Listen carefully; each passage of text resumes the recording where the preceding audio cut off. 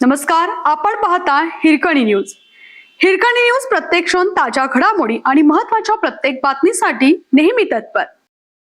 आमदार गायकवाडांना प्रशांत आंबींना धमकी देणे भोवणार, न्यायालयाकडून चौकशीला परवानगी.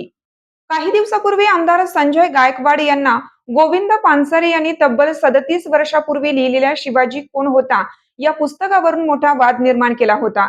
या पुस्तकात शिवरायांचा एकेरी का उल्लेख करण्यात आला या मुद्द्यावरून उपमुख्यमंत्री एकनाथ शिंदेंच्या शिवसेनेतील आमदार संजय गायकवाड यांनी या पुस्तकाचे प्रकाशक प्रशांत आंबी यांना थेट जिवे मारण्याची धमकी दिली होती, ज्यानंतर या प्रकरणी अनेक ठिकाणी आंदोलनं करण्यात आली.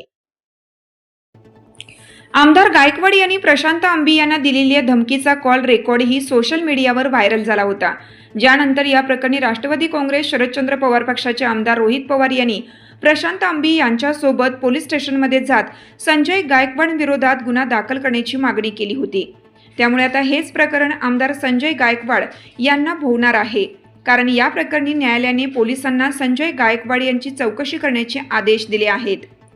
आमदार संजय गायकवाड यांनी महिनाभरापूर्वी कॉम्रेड गोविंद पानसरे यांनी 37 वर्षापूर्वी लिहिलेल्या शिवाजी कोण होता या पुस्तकाचे प्रकाशक प्रशांत आंबी यांना जिवे मारण्याची धमकी दिली होती. ते या धमकीवरच थांबले नाहीत, तर पुस्तकाची छपाई केल्यास घरी येऊन मारेन, त्यांना त्यांच्या अश्लील भाषेत शिवीगाळ केली होती. त्यानंतर गायकवाड यांच्या फोन संभाषणाची क्लिप सोशल मीडियावर व्हायरल झाल्यानंतर प्रचंड गदारोळ झाला होता. या फोन संभाषणात संजय गायकवाड यांनी दिवंगत कॉम्रेड गोविंद पानसरे यांच्याविषयी एकेरी आणि आक्षेपार्ह भाषा वापरली होती. या प्रकरणानंतर आजही प्रशांत आंबी यांना संजय गायकवाड यांच्या समर्थकांकडून जिवे मारण्याची धमकी देणारे कॉल आणि मेसेजेस येत आहेत.